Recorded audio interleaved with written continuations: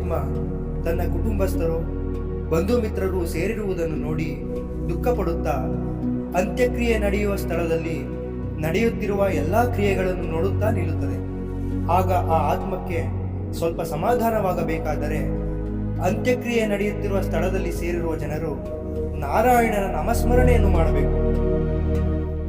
ಆದರೆ ಅಲ್ಲಿ ಸೇರಿರುವ ಜನರು ವಿಷ್ಣು ನಾಮಸ್ಮರಣೆಯನ್ನೇ ಮಾಡದೆ ಕೆಲವರು ದುಃಖದಿಂದ, ಕೆಲವರು ನಾಟಕೀಯವಾದ ದುಃಖದಿಂದ ಹರಟೆ ಹೊಡೆಯುತ್ತಾ ಅಂತ್ಯಕ್ರಿಯೆಯ ಸ್ಥಳದಲ್ಲಿ ಇರುತ್ತಾರೆ.